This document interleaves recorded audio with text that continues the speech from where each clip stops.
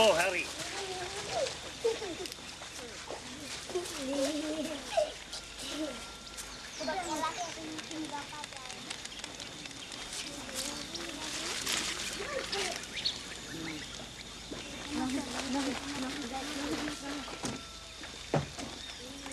Hello. I'm feeling a great deal better. I must thank you, Mr. Todd.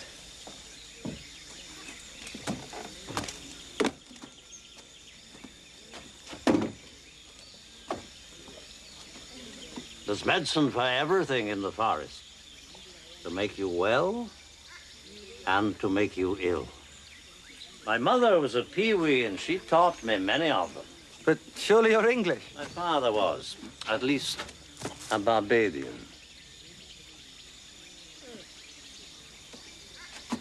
Can you read? Yes, of course.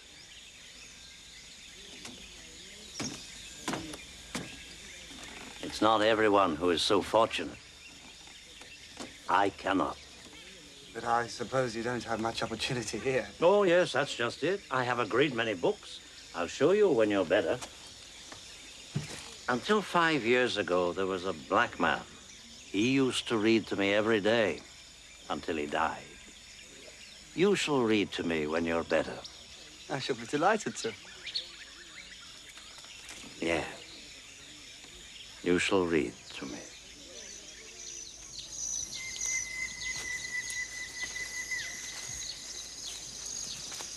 You believe in God?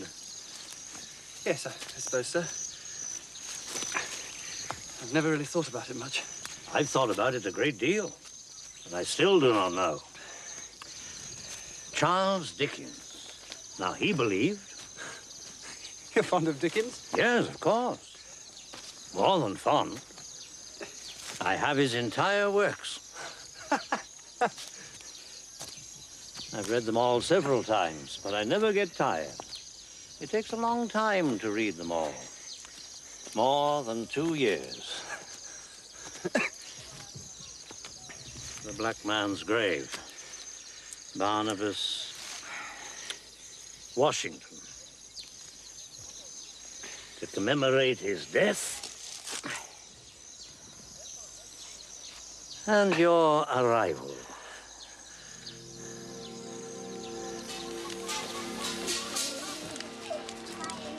There was a confused little crowd of people, principally children, gathered about the house at which we stopped, which had a tarnished brass plate on the door with the inscription, Jellyby. "Don't be frightened," he said, looking in at the coach window. "One of the young Jellybys been and got his head through the area railings." Mrs. Jellyby does not take enough care of those children. "Oh, poor child," said I. "Let me out, if you please. Pray be careful of yourself, miss. The young Jellybys are always up to something," said Mr. Guppy. Repeat the name. I've forgotten him. Mr. Guppy. Yes. Yes, I remember him well. You read beautifully, with a far better accent than the black man. And you explain better. It's almost as though my father were here again. We've still a lot to get through. I hope I shall be able to finish it before I go. Oh, yes. Do not disturb yourself about that. You'll have time to finish it.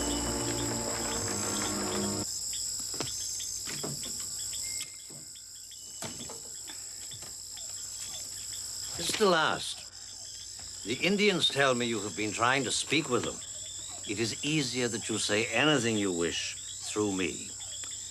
You realize, do you not, that they would do nothing without my authority?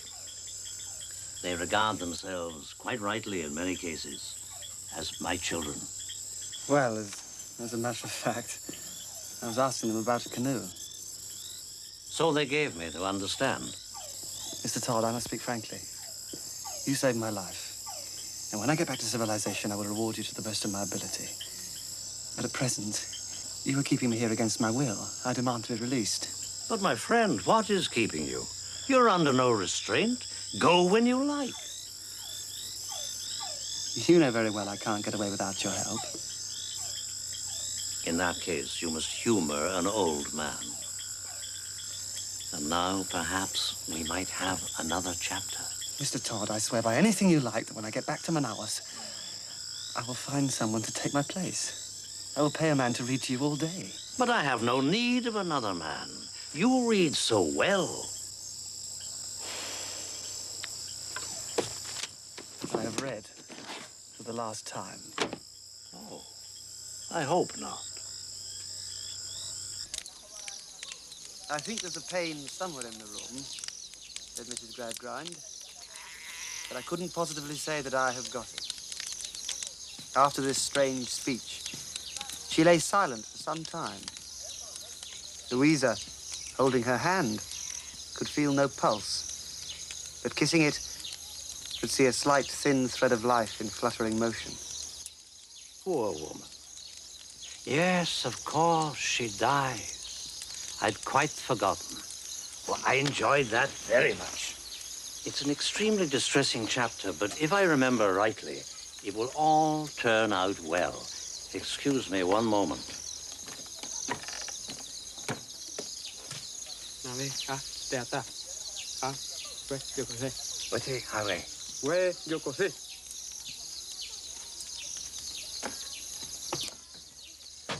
It's one of the local feast days, and they're making pivari. You may not like it, but you should try some.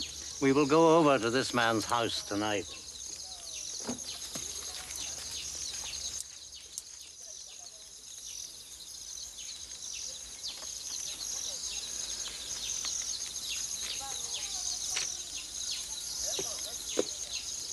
I, James Todd of Brazil, do swear to Barnabas Washington of Georgetown that if he finish this book in fact hard times, I will let him go away as soon as finished.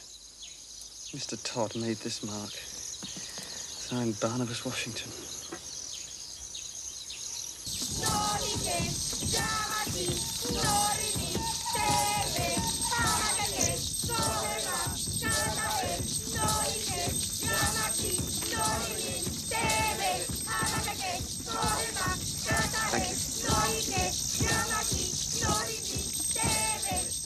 Drink it all without lowering the cup. That is the etiquette.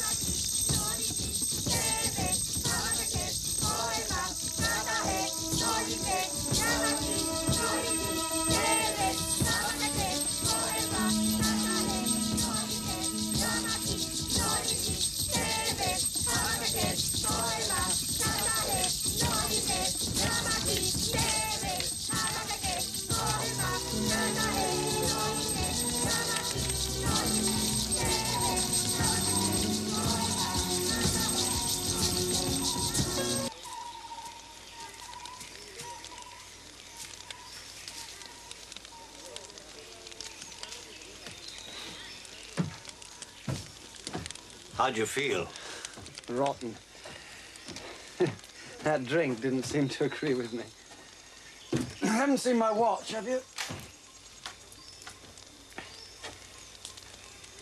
Have you seen my watch? You've missed it? Yes, I thought I was wearing it. I say, I've never slept so long. Not since you were a baby. Do you know how long? 2 days.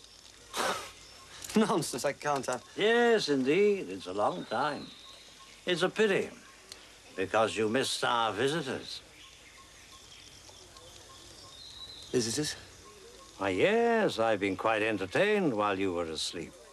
3 men from outside, Englishmen. It's a pity you missed them.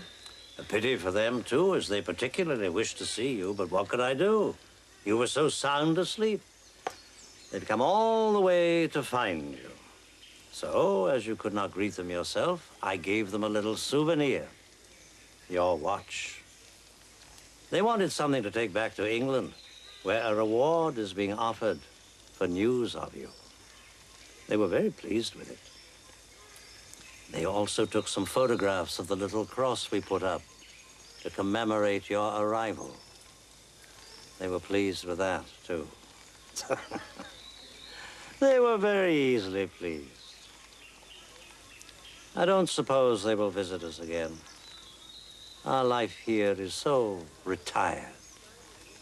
No pleasures, but reading. I will give you something to make you feel better. We will not have any Dickens today, but tomorrow. And the day after that. And the day after that.